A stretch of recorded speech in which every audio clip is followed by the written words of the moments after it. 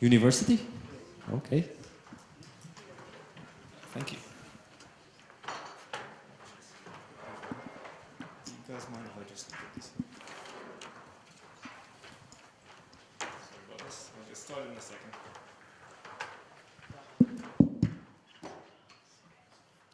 Yeah, academics are not very well known for keeping to time, so I just put a timer there.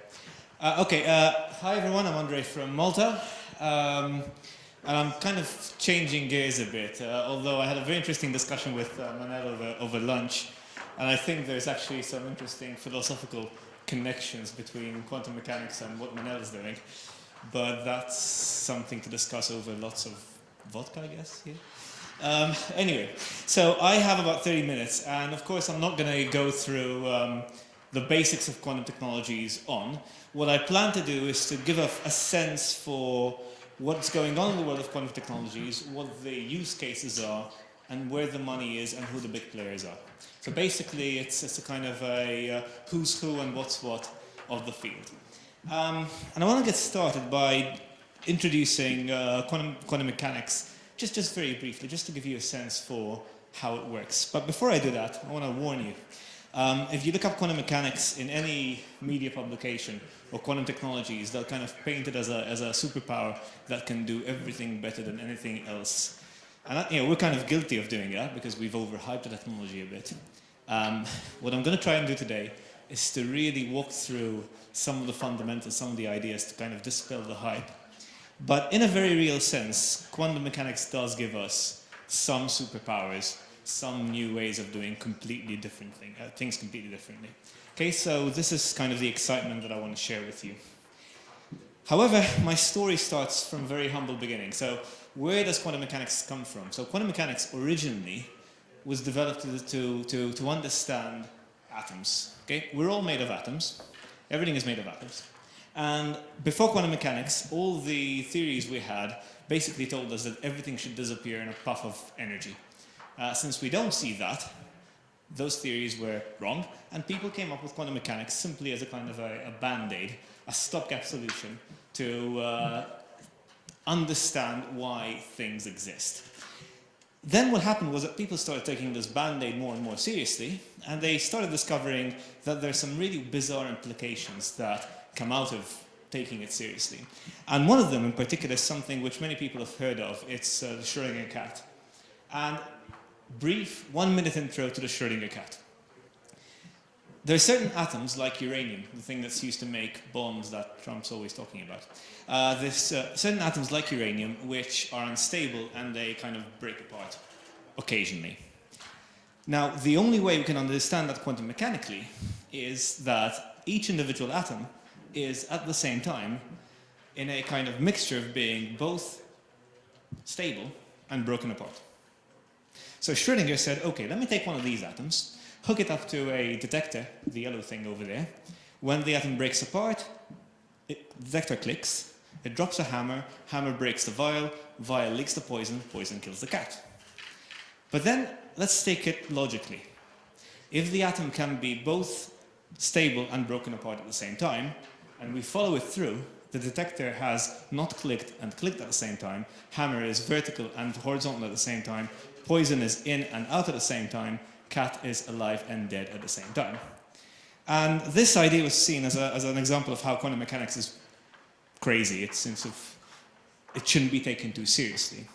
But what we've done over the past 20, 30, 40 years is take it very, very, very, very seriously. And instead of asking the question, why is the universe like that? We ask the question, okay, that's the way the universe is. What new technologies can we make out of it? Okay, so that's the kind of shift in viewpoint that we've had. And in a sense, this has kind of allowed us to break out of a prison.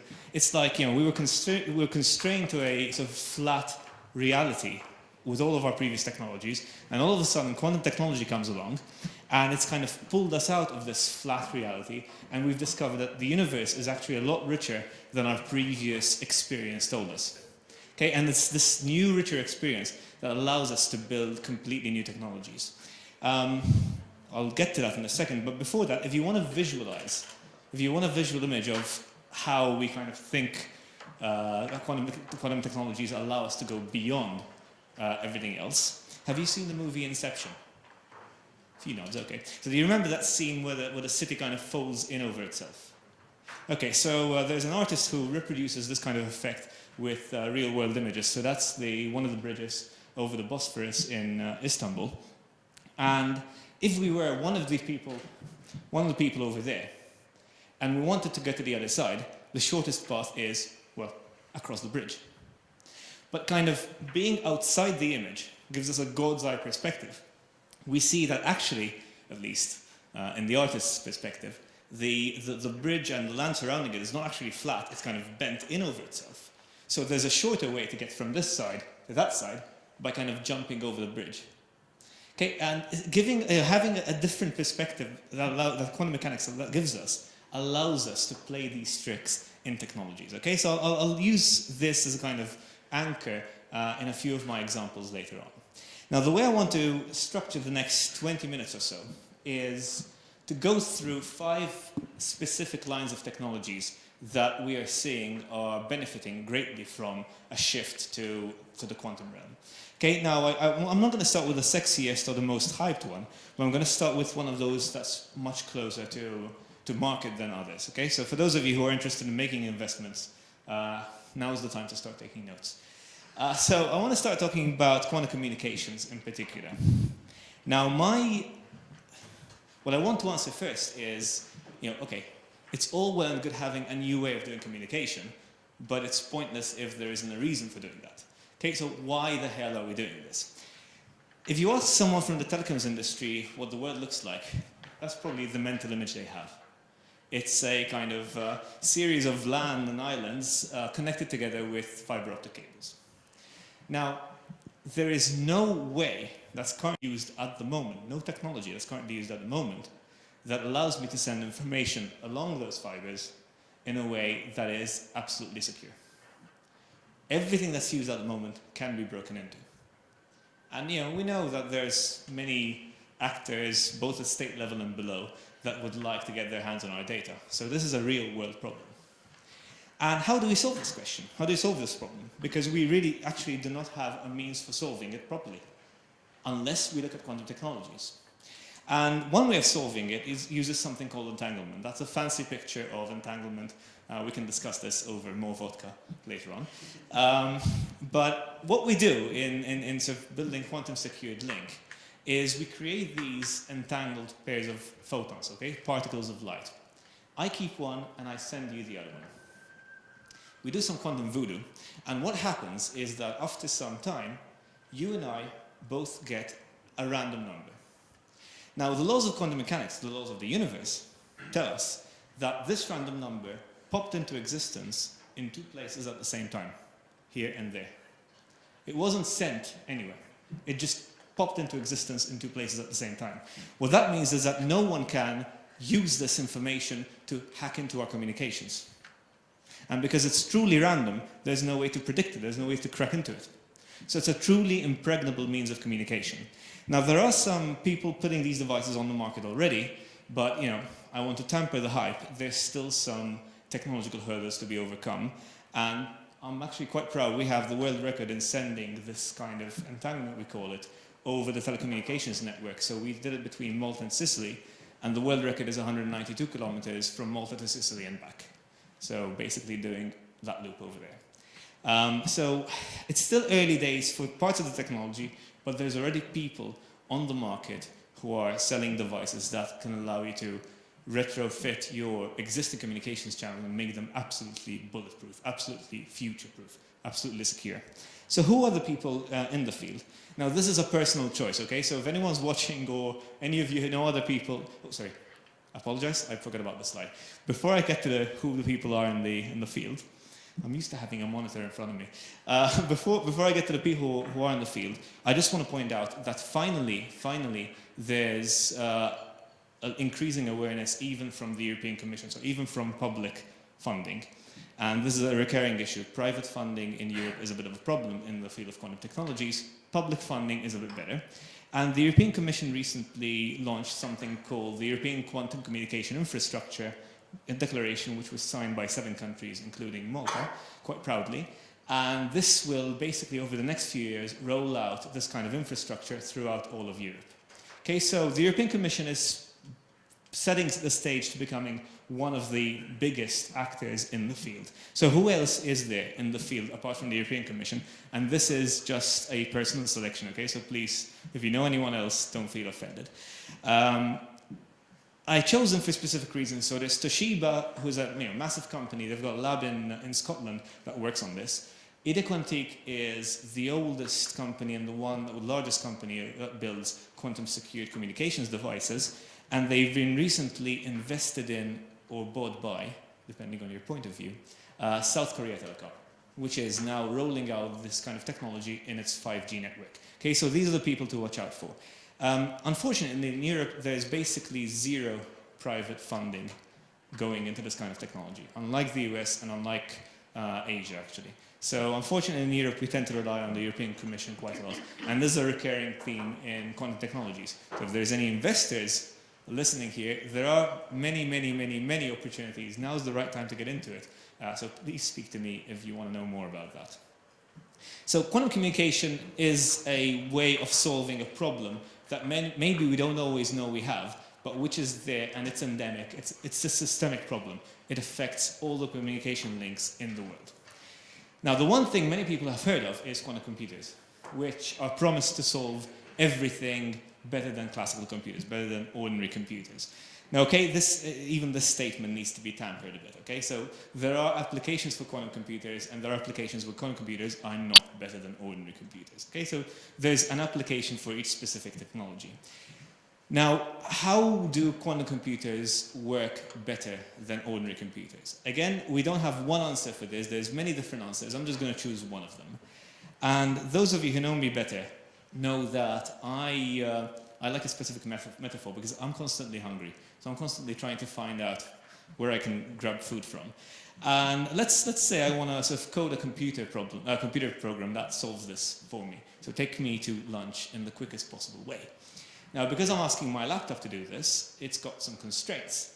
And in this metaphor, the constraints are that I can only move kind of horizontally and vertically to get to my destination.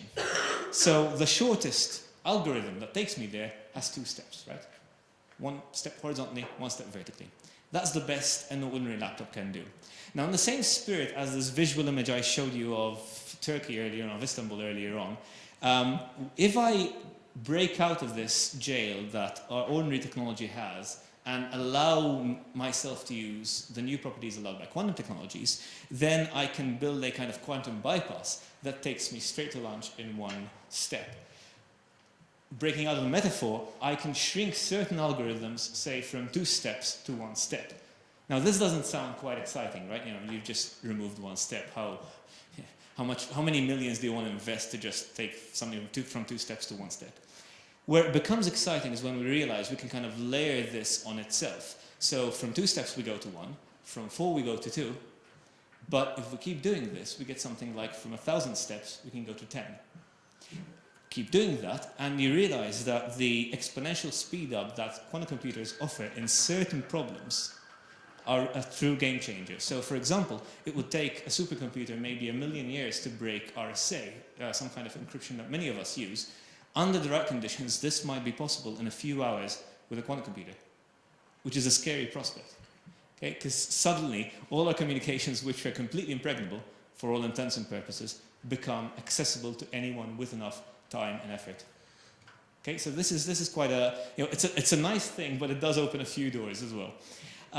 So again, I don't want to go too much into detail because I really want to just give you a quick bird's eye perspective of what's going on in quantum technologies.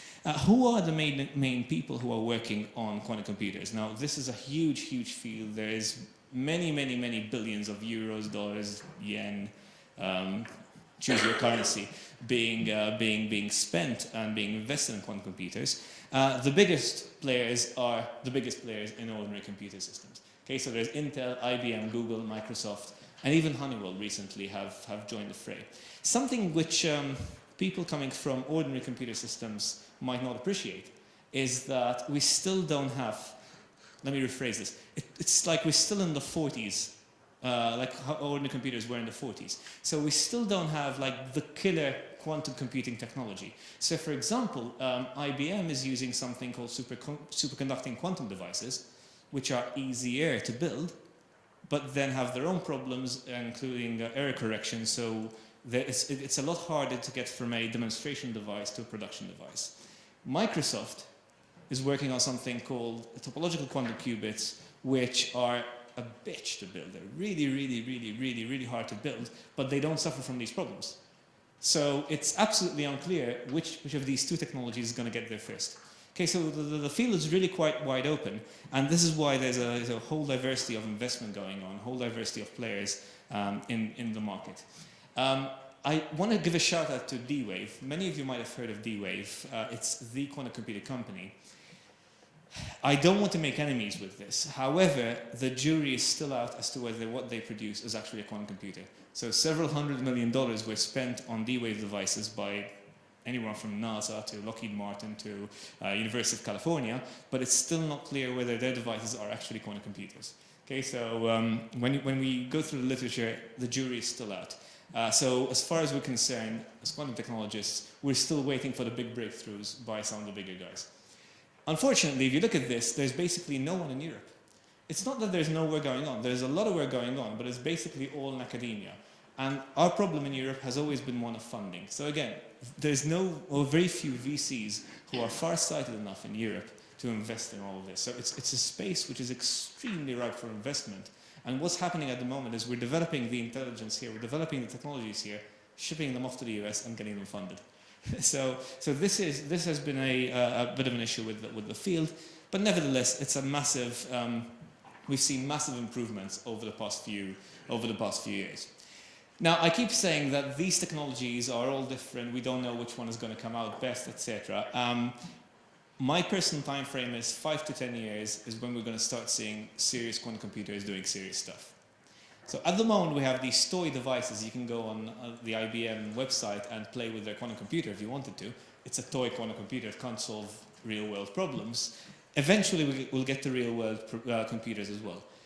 What happens in the intermediate? Is there something that we can do with devices that we already have? And this is something which we call quantum simulators. So quantum simulators very neatly fit in the gap between what we have at the moment in terms of toy quantum computers and where quantum computers will go. Now, those of you who haven't really heard of the word quantum simulators, you might know this guy. So this guy is Richard Feynman, and in one talk in 1980s, he basically gave rise to the field of quantum computers, quantum simulators, and nanotechnology. So quite an influential talk. And what he said was, the reason it's very hard to develop new drugs, both legal and illegal, it's very hard to develop new drugs or new materials or superconductors, is that these are intrinsically quantum mechanical systems. Quantum mechanics is a hard subject. So it's very, very hard to kind of describe these systems using ordinary computers and see how they work. So why don't we turn the problem on its head? Why don't we use a complex quantum system to simulate and design a complex quantum system? And this is how quantum simulators originated. And the idea is to use systems that we can control in the lab to develop materials that will allow us to carry electricity from the power plants to another power plant or through the grid, losing a lot less in the process, design new drugs, design new materials, and so on. And just to give you an idea for how these things work, that is a picture of, I haven't counted it, but probably like 200 atoms. So it's a picture of a few hundred atoms held in a specific configuration. And this is from NIST in the US, but there's dozens of labs in the world doing this. And the idea is that by changing how I hold the atoms, by changing the kind of atoms, by changing the light I shine on the atoms, etc., I can simulate different conditions on a material which doesn't exist in nature. And if I find something that I like, I can then go and try and build that material.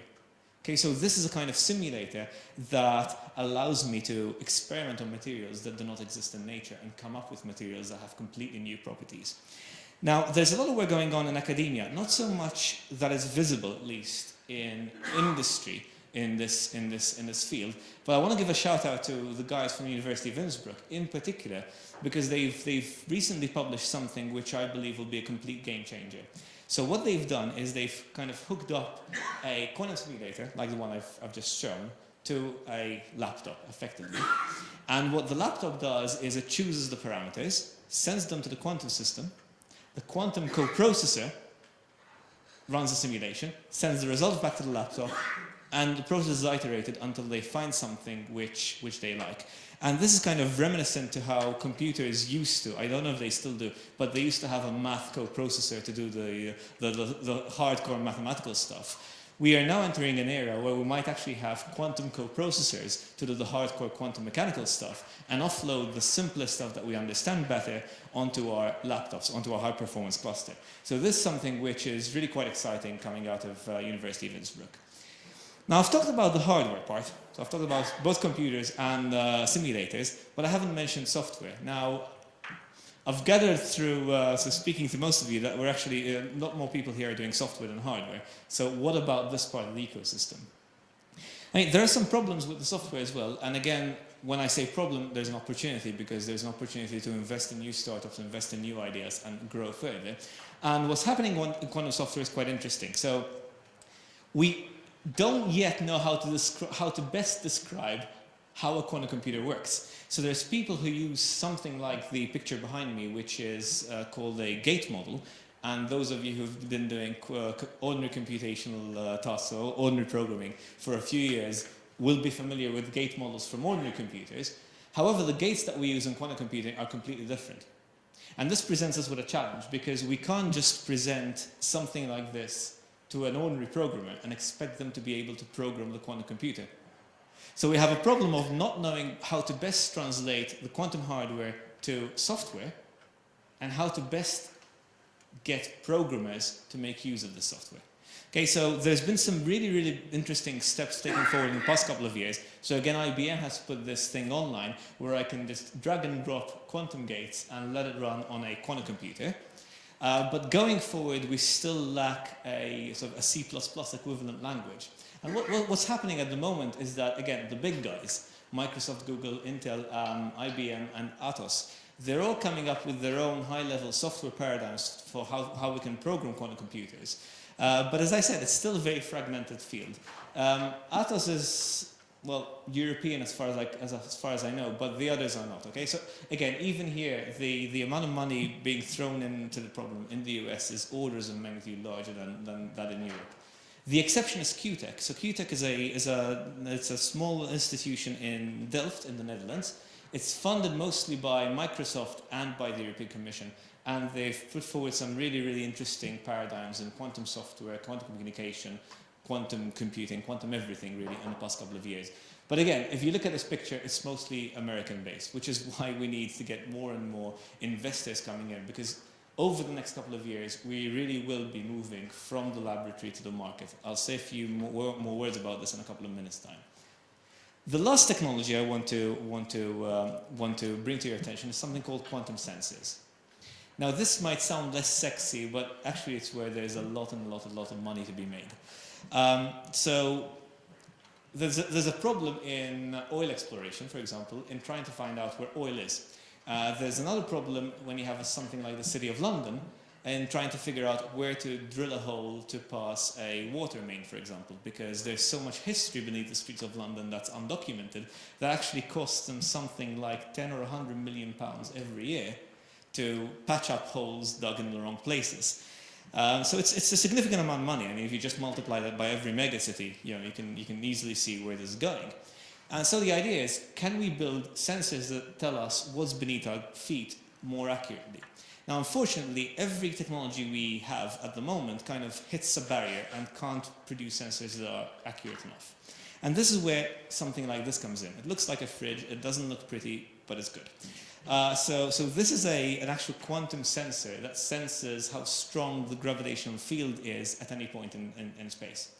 Now, it might sound silly to some of us to actually measure the gravitational field, but why is this important? Well, if there's a big cavern beneath my feet, I'm going to be attracted to the Earth a bit less. If there's some denser rock, I'm going to be attracted more. So by measuring the gravitational field along a certain field, say, we can tell what's beneath the ground. The better the sensor, the better our picture of what's beneath the ground, the better we know where to dig. Now, what I like about this kind of thing is, as I said, it works on completely different principles. And it goes back to the Schrödinger cat picture that I showed at the very beginning. So I'm not going to go through the details, okay? So it's just a fancy picture, which I'm just going to talk over. So what happens is in here, we have a small ball of atoms, a small gas of atoms, and we kick this gas in two different directions at the same time.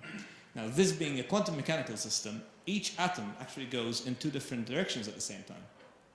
And because each atom goes in two different directions, it senses slightly different gravitational attraction to the Earth, because being here and being here, the Earth attracts me slightly less up here than it would down there. And when the atom is recombined, at the end, we can pick out this tiny, tiny, tiny, tiny, tiny difference. Okay, so it's a purely quantum mechanical effect. It only arises because each atom is literally split into two and then recombined.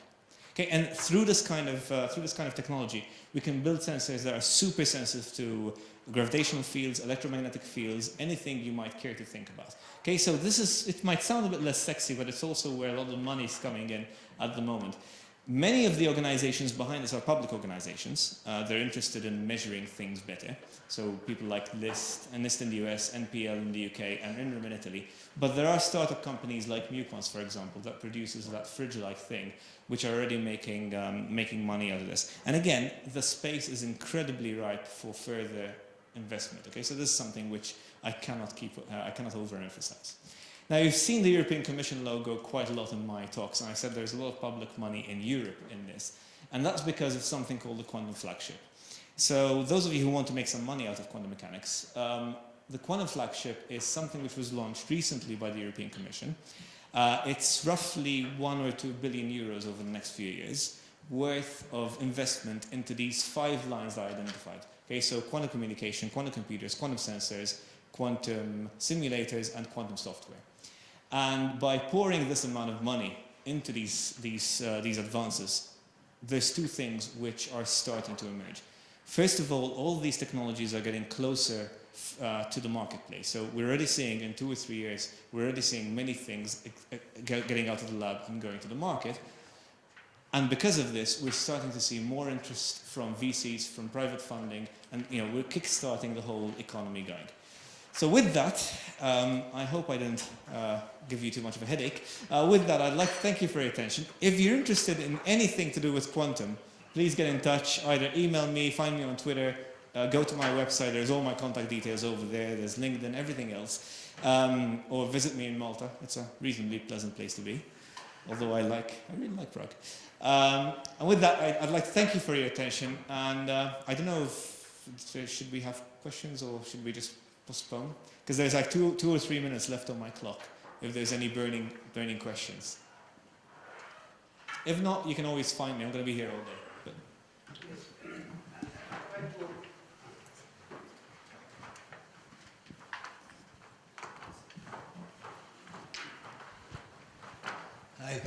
I try to understand quantum computer because I went to the IBM website and I try to this way of language coding.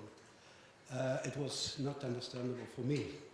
Then I was in touch with Righetti, I don't know if you know, from the United States, which they are in contact with me because they try to build an application and they make a competition of about $1 million, something like this, for having some company to build an application using the quantum.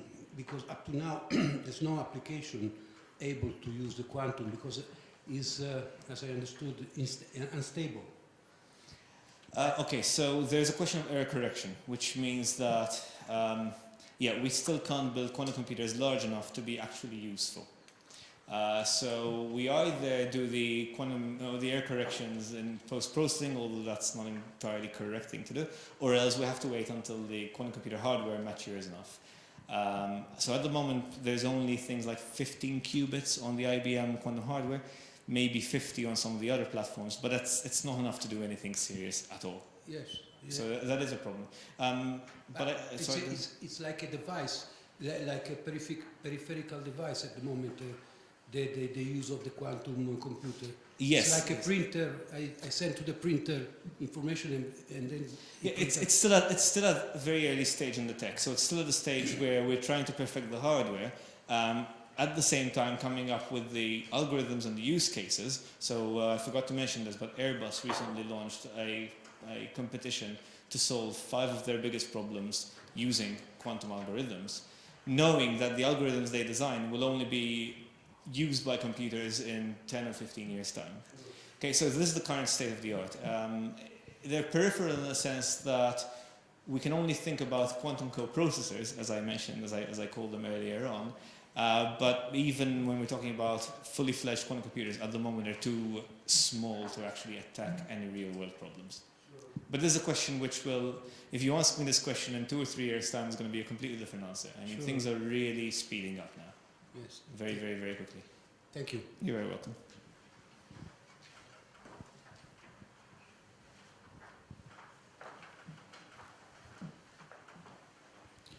Yes, thank you, André, for your speech.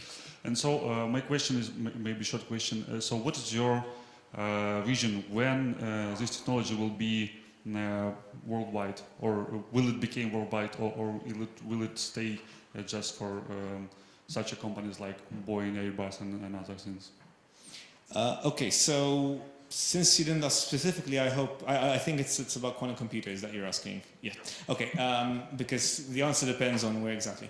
Now, this is my personal opinion. Okay, so if someone's watching me, they might want to kill me. But this is my personal opinion that at least in the medium term, so we're talking about 10 years-ish, what we're likely to see is a kind of B2B scenario where we will have quantum computers which are hosted as quantum coprocessors in high-performance computer data centers.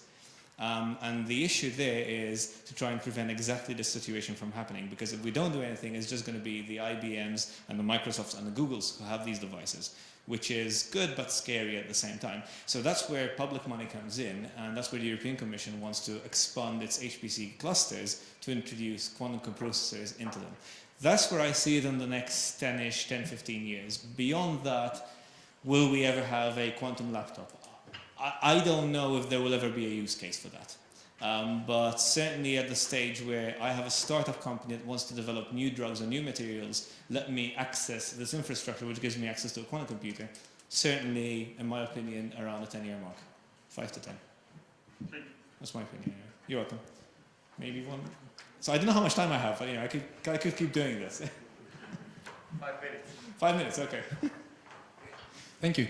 I have a question. It may be related to the question just asked, because the way you answer this reminds me of the situation about 40 years ago when I don't know if it was the CEO of IBM or somebody who said, like, basically, oh, we will only need 1 computer per country and there's no use case to having laptops and stuff like that. So looking back to that situation, isn't this a little bit similar scenario? Yes. It's just that I think I've taken a personal decision to kind of pull back from overhyping things. So yes, I wish that we repeat history, but one never knows. So the thing which I can see happening, and I can actually see the roadmap to, is what I've just described. I cannot see the roadmap, beyond 10 or 15 years. It's very, very, very hard to roadmap beyond that. Certainly, that option is open, and it would be extremely wonderful to see that. I'm not saying it won't happen. I'm just saying that if I roadmap the next 10 to 15 years, it's very, very hard to see those use cases. Okay, so we're still at the situation of a solution looking for a problem in some cases. Okay, so maybe once we solve that, we will immediately come to what you're saying. So I hope you're right. I hope you're right. Any further burning questions? Fantastic. Thank you for your attention, then. Thank you.